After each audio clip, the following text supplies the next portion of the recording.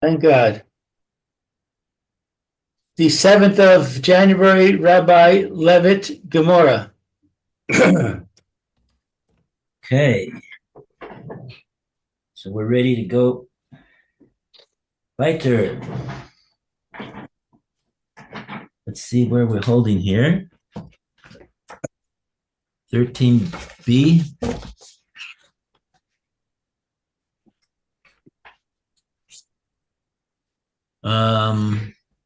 Oh yeah. Okay. So we still don't know exactly how this works. Haishin and the Piroin, the Kanunya. What exactly is the case here? Ah, okay. All right. Okay. So let's just so that was Rabbi Elazar, and now we're going to Rabbi Yochanan. How does Rabbi Yochanan understand the Machlokes Rabbi Meir and Chachamim in the Mishnah?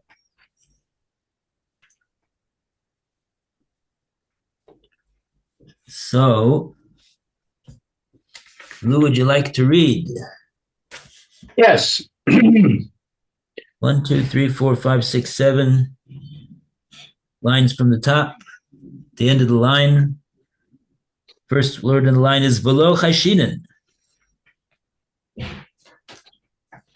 Okay. Rabbi Yochanan Omar. Yes. Rabbi Yochanan says, Machlokes kishechayiv modeh. The disagreement is in the case where the debtor admits.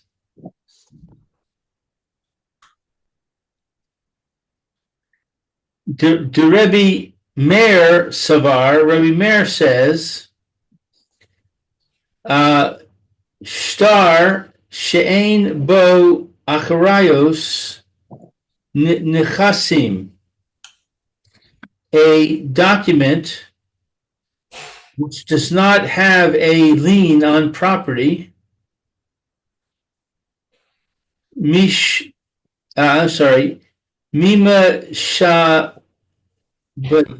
shabdai hu tolo gabe. It is only from encumbered property that the creditor can collect. Aval mi b'nei charei migba gabe, but from property free of encumbrance, one can surely collect.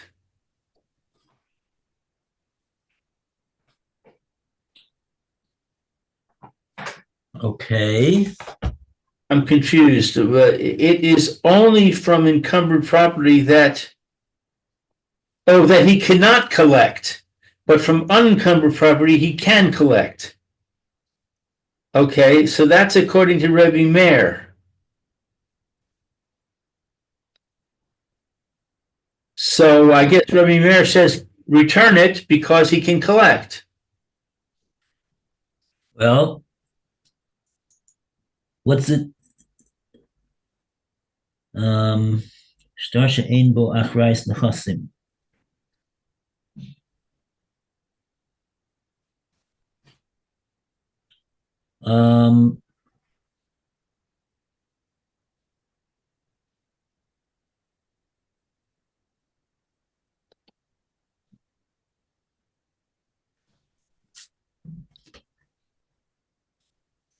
So he has a right to collect. So since he has a right to collect, you want to say, why should we not give it back to him?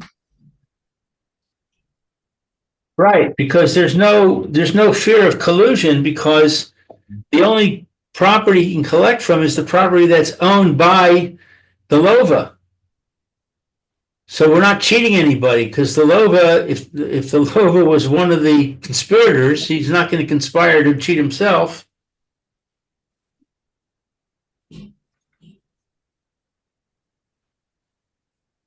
Okay, yeah, and he's we're talking about that he himself, the Lova, is moda that he didn't pay it.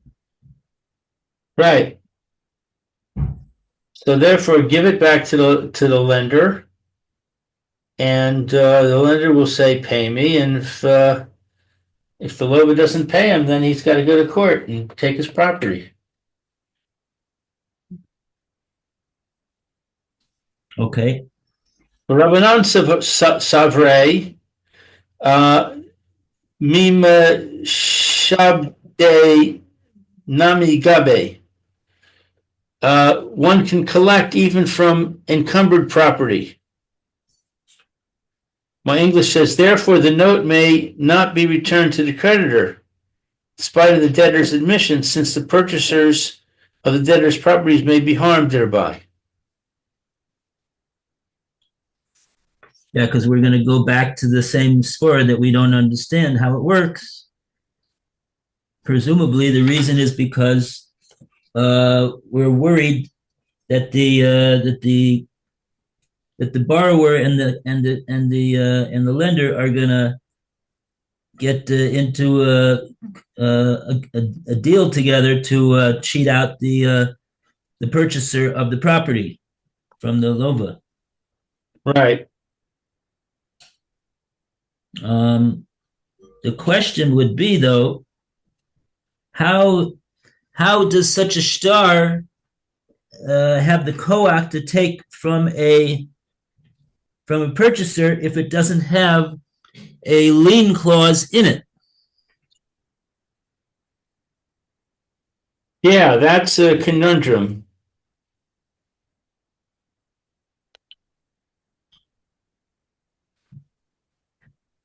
There's a Rashi on it. Okay.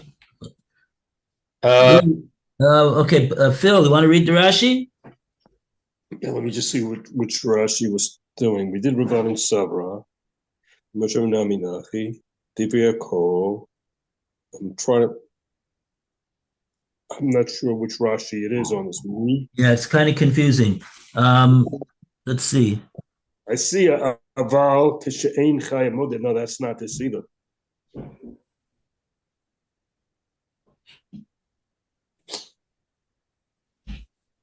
Yeah.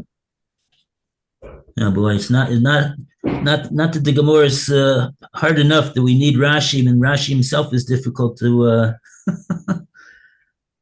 Oh boy. I think this Rashi is the Rabbanan Sabra and the rabbis hold. I think that's the one we're talking about, which is the third line, which we may have read before, not realizing that it's connected to this one. That's the second Rashi on the page, the third line down, where Rabbanan of the rabbis hold. Yeah, you think so? I thought that was from Rabbi Elazar. Yeah, I don't know, but it says Rabbanan Sabra. I don't know. It's all the same.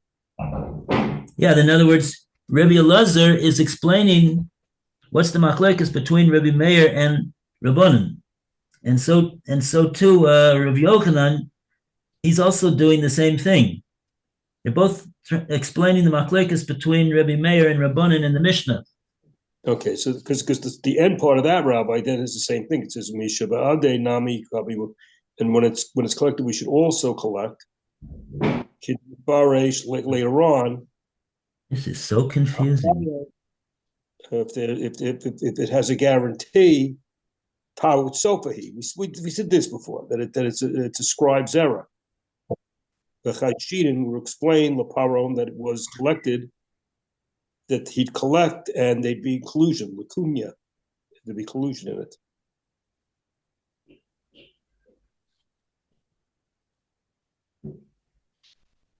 Mm-hmm. The scribe made an error.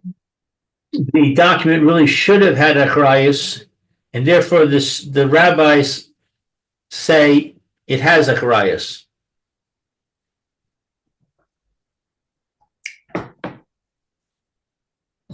Where's that from? You're reading? I'm reading from a footnote which quotes Rashi, which quotes the Rashi that Phil just read. It says the absence in the note of an explicit provision for a lien is deemed to be the scribe's erroneous omission. Rashi.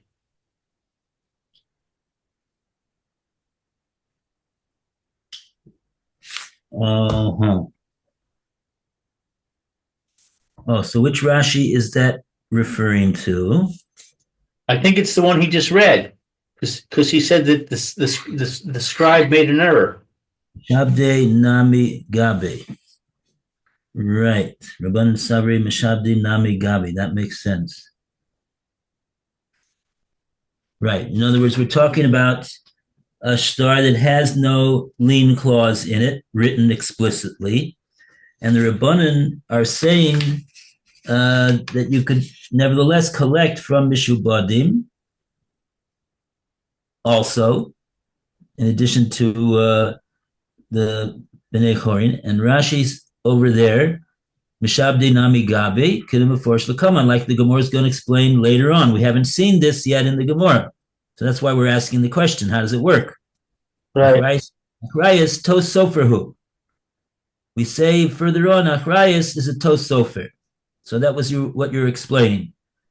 And then furthermore, so therefore we say that every star has a implied loan clause in it, and if it's not there, it's because the sofer made a mistake. It was undoubtedly the intention of the malva that there should be such a clause in it. He's not going to loan his money if he's not going to be able to get his money back. If the loiva takes a hike, so obviously it's going to allow him to go against the purchaser of the property that the lova sold it to after the loan was made, and get his unrecovered money from the purchaser of the property. Okay, so that's what we say about that. You can go get. Oh, and now since he could do that, then Rashi says Chashina lepiroim ulekanunya.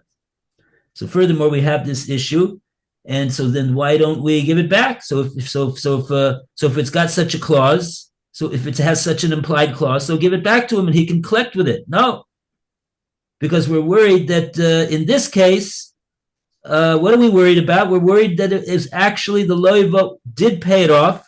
But there was some type of a deal between them, and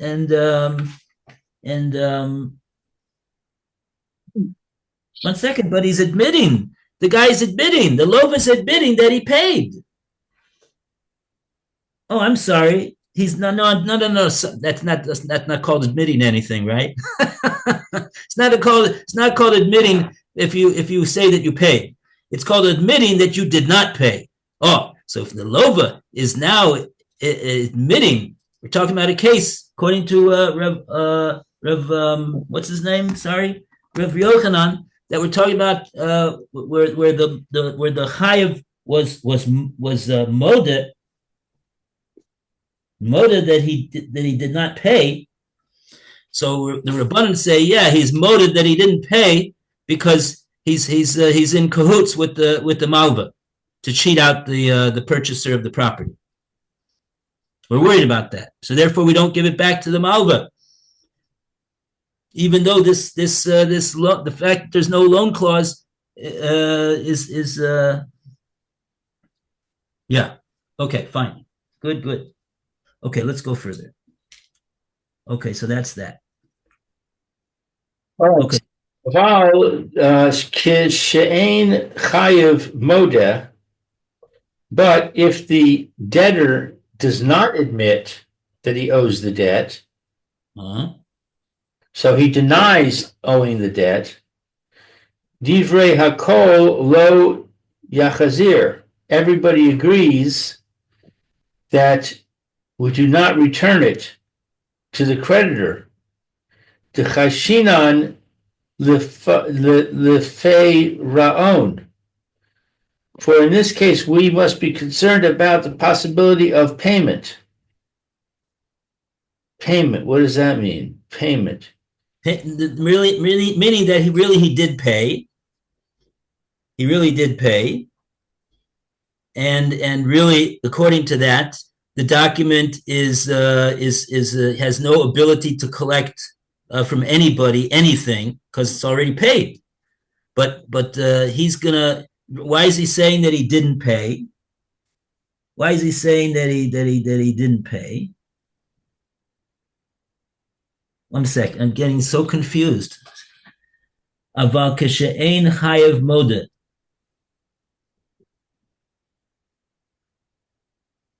In other words, he's timing that he didn't make the loan at all.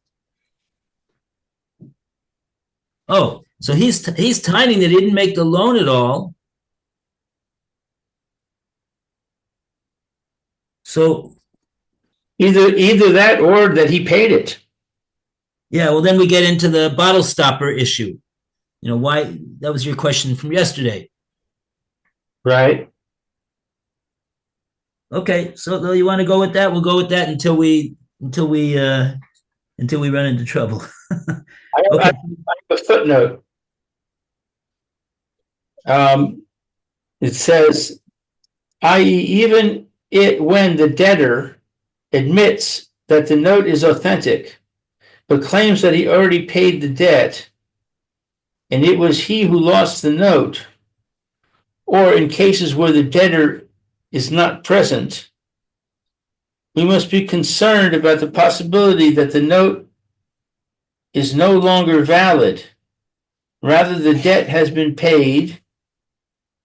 Similarly, in a case where the debtor claims that the note was forged, we must be concerned that his claim is true.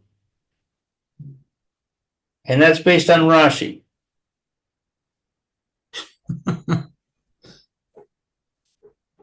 It is so hard to keep all these details in order. Yeah, this one is very difficult, I think. We're concerned about payment. Okay. We're talking about a case about Keshe'ein Chayev Moda. Up until now, we talked about the case where the Chayev was yes Moda. Right. Moda that there was a loan and he didn't pay it. Now we're saying Aval she'ein chayev moda. He's not moda, meaning to say that he's not moda that he owes anything. He claims that he paid it up already, or that it's a forgery. So now, in that case, whether he's claiming it's a forgery, whether he claims he paid it up, he's basically claiming that the malva has no right to collect from this with this note that he's holding, or with this note that was found. That's the other problem that I have. Are we talking about the case of the Mishnah now, that we're talking about a fallen note? We're just talking about that's what we're talking about. My English says the finder. So according to the English, it's the case of the Mishnah where it was lost and found. Okay, so we want to know whether we can give it back to the lender. So if the lova is saying he already paid it up, we say over here, Dibra Kol, both according to Reb Meir and Chachamim, there's no machlokas in this case. They both hold lo yaksir, the chashin and the piroyan. Oh, you know what this means? Maybe this is actually a very simple case, I think. What do we mean when we say over here chashin and the piroyan? This is what's so confusing, Before we were talking about Chayshinan L'Piroyan with the Kanunya. Now we're just Chayshinan L'Piroyan, meaning to say the Bezdin is concerned for the possibility that maybe what the Loiva is saying, the borrower is saying, is actually he's telling the truth. Maybe he's telling the truth. What did he say? He said, "I've paid this up already," or alternatively, he says it's a forgery. Either way, what he's saying is that the Malva is not entitled to get back this note because it fell from me. That's really what he's saying. It didn't fall from the Malva. I already paid him. That's what the Lova is saying. Lova is saying I already paid him. Oh, if so then the Malva should have given you back the note. Yeah, right. He gave you back the note. So why didn't you tear it up? Oh, I didn't tear it up. I lost it. That's what his taina is. That's what his taina is. So, but what we're saying here that both Rebbe Meir and Chachamim are going to go with his taina and say that he's the one who's he's telling the truth. He's telling the truth, and accordingly, we will not give it to the Malva. But it has nothing to do. I'm saying it has nothing to do with that we're choshish that he already paid it, and they're in cahoots to cheat out the purchaser of property. That's not the issue over here. When it says Chayshinan L'Piroyan, means we're concerned that he paid it off. The Lova paid it off, and if so, it's not a note that the Malva can collect with.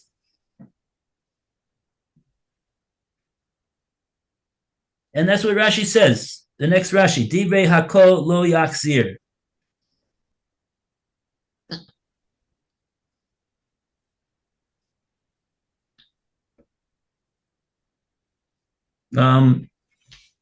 It's a 3-word Rashi if you want to read it.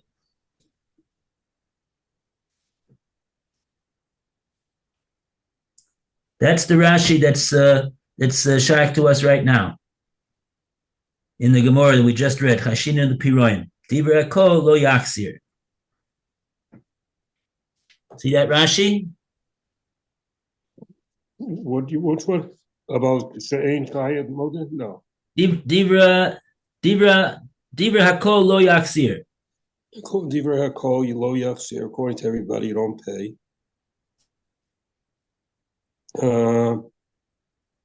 I think you didn't read the Rashi before that, which said about She'ein Chayed Moda, even if he doesn't.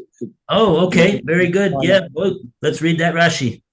V'filu Moda, even though he admits it, Shekachacho, that admits that he denies it, Ela Sha'amar Parati, that it was paid off. Oh, so Rashi himself said it. Rashi is saying that it could be either possibility over here, in the case where we're saying over here that he is not moda, she'ein chayav moda.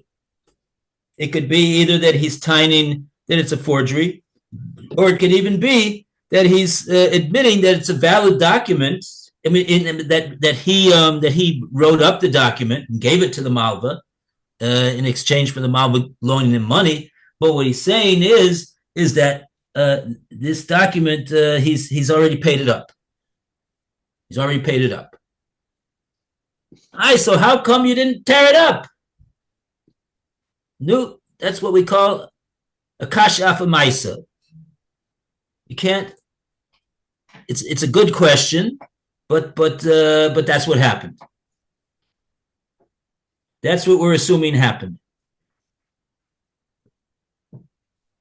That even though he paid it, he didn't tear it up when it was given back to him.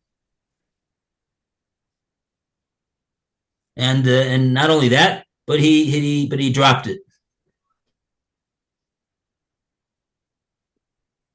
which is a very foolish thing to do. Because look, he's getting into big trouble over here. The Bezdin is judging whether to give it back to the Malva.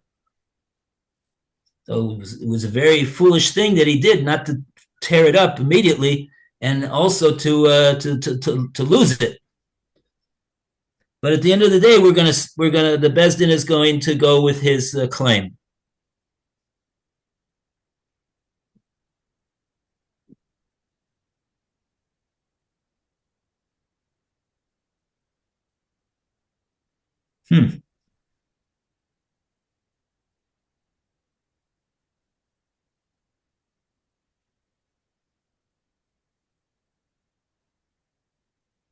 It's fun. Yeah. Okay. Okay. Okay. So we got two shitas over here. At the end of the day, we got two shitas. We got the shita that we read today, Rabbi Yochanan, how Rabbi Yochanan understands the machlokes between the Tanoim, Rabbi Meir, and the Chachamim in the Mishnah. And yesterday we did the how it is that Rabbi Elazar understands the machlokes between the Tanoim in the Mishnah.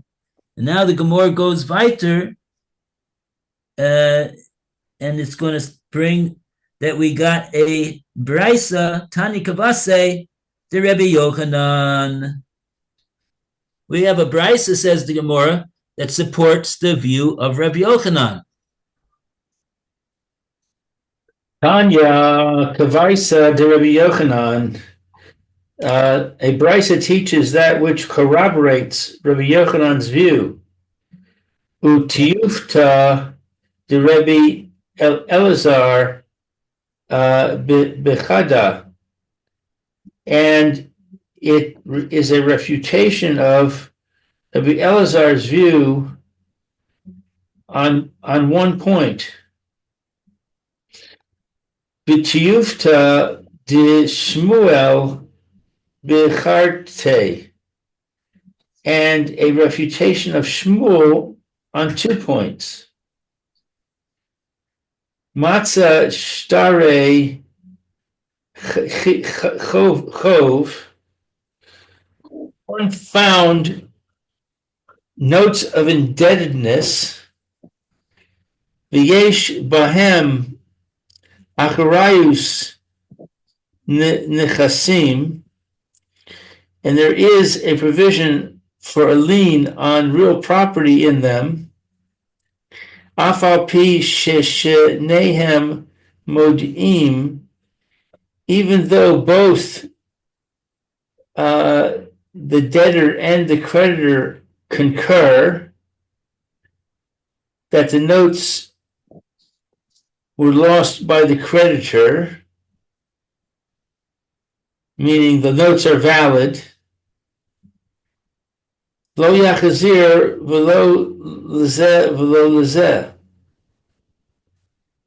The finder may not return them either to the creditor or to the debtor. Ein bahen achrayus nechasim.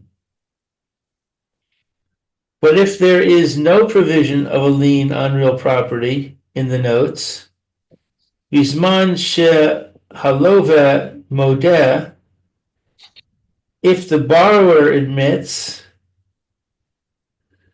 that the debt is still owed, yachazir lemalva, the finder must return them to the creditor. Ein halva modeh, if the borrower does not admit that the debt is still owed, lo yakazir lo lezeh v'lo lezeh, the finder may not return them either to the creditor or the debtor. Divrei Rabbi Meir, these are the words of Rabbi Meir.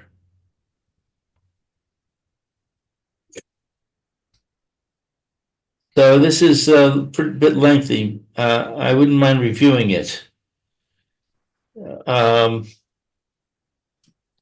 Okay. If one notes of indebtedness and there's a lien, then even though the creditor and the debtor agree that it's valid, don't return them. If there is no lien, if the borrower admits, then return it to the creditor. Right. The borrower does not admit, do not return it to either of them.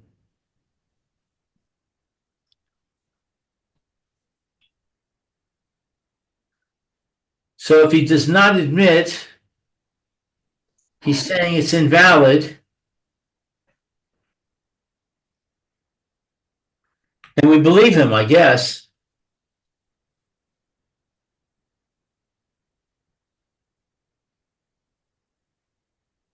Yeah, that would be the reason why we don't give it Malva. We believe the Leva. But that seems a little strange because we have the question, why didn't he tear it up?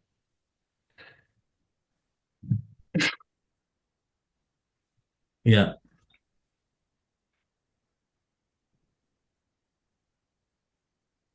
Mm-hmm.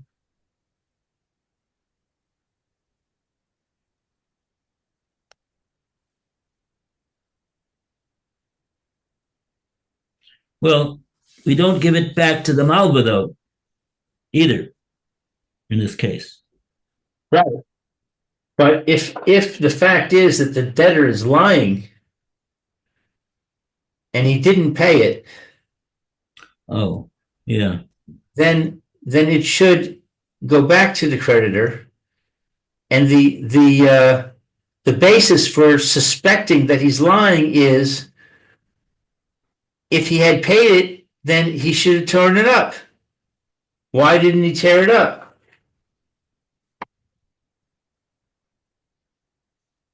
Yeah.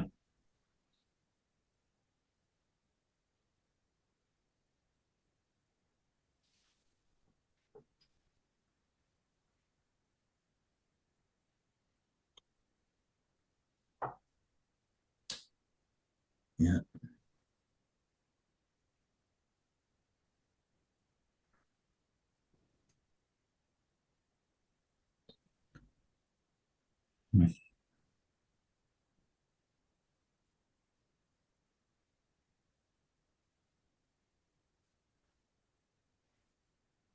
Yeah.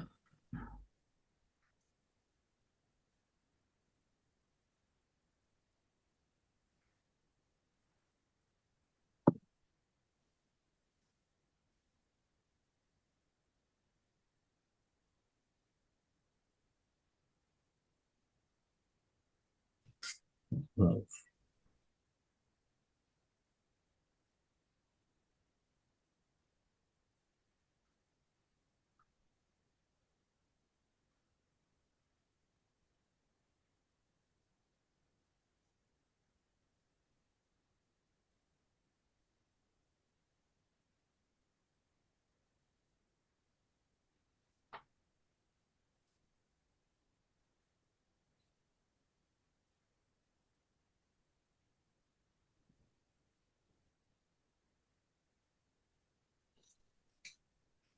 hmm.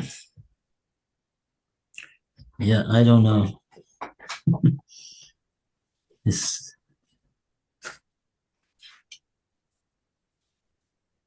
okay. Yeah, there's a lot of things that we know about this sugya.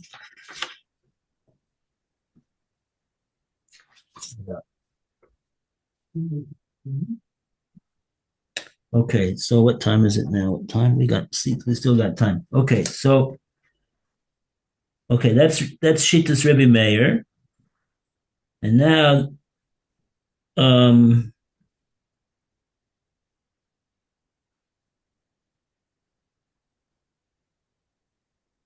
oh now the Gemara is going to say something about what Rebbe Meir holds. The Bryce is going to say something, I think.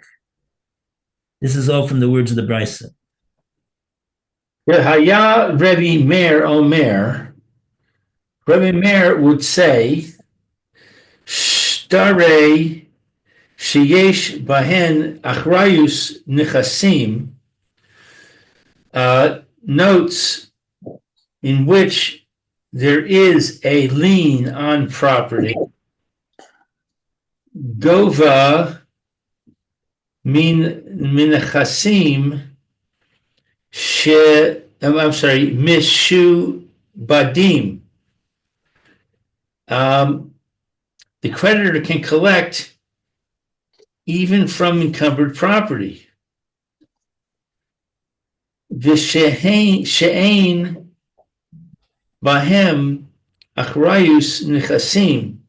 But if those notes in which there is no provision of a lien on real property, goveh min nechasim b'nei chorin, you can collect only from property free of encumbrance. V'chachamim omrim, the sages say, echad zeh ve'echad zeh, both a note in which there is no lien or one in which there is a lien, goveh min nechasim mishu badim. The creditor can collect even from encumbered property. So Rabbi Meir says, we go by what the note says. And the sages say, no, we don't go by what the note says. We always assume that he can collect. Yeah. So this is a machlokes. According to this brisa, the brisa says that the machlokes about this issue of tos sofer, whether the sofer made a mistake in failing to write the the lien clause into the shtar. According to the Chachamim, it's a mistake that he did not write it in, and according to Rebbe Meir, no, it's he didn't make any mistake because the agreement was without the provision for shibud on the karka, lien on karka. Okay. What the actual halacha is, the halacha is like the chachamim. Oh. But the question is the brisa correct to say that? Yeah, I mean, I think so. Uh-huh. What 1 second. What is the Shabdi Nami Gabi? Yeah. Yeah, there's an aleph by Mishabde Nami Gabi. That's not where we are. We're further on, but that was the same issue over there as well, I believe.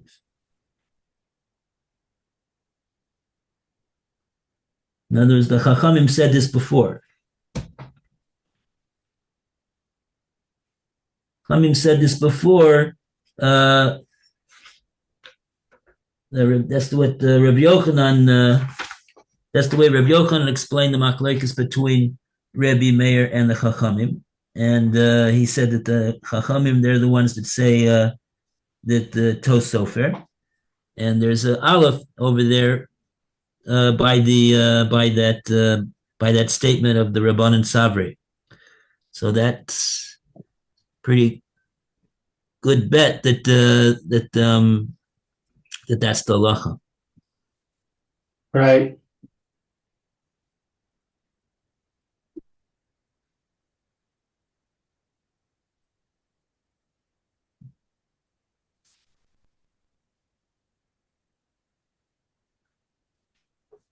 Okay, so what's coming out from this? What the Gemora just brought from this brisa? That since the failure to put it into the note is called a mistake of the sofer, so it's we say that accordingly that every halva, every loan is on condition that there is a lien on property in order to pay the loan. So therefore what? So therefore even a shtar that doesn't have this clause in it, the din is that you could collect from property that was sold to a purchaser. That's one point. Oh,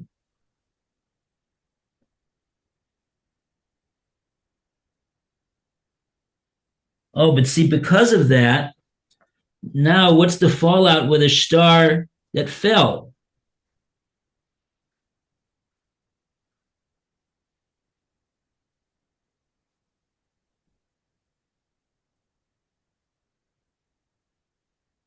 It should come out according to that since he's got the ability to do that, so then they come back to our issue of we're not going to give it back even when the both of them are moda, because now we're going to go and say that we got a chashash that the shtar was actually paid up. And the reason the Lova is saying that it was not paid, the reason that he's saying that it was not paid up is because of kanunya, to allow the malva to collect from the purchaser.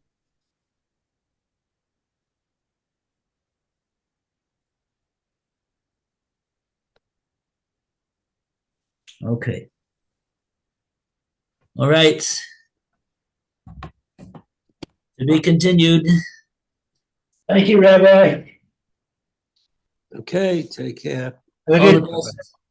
Bye, Lou. Bye, Phil. Have a great day.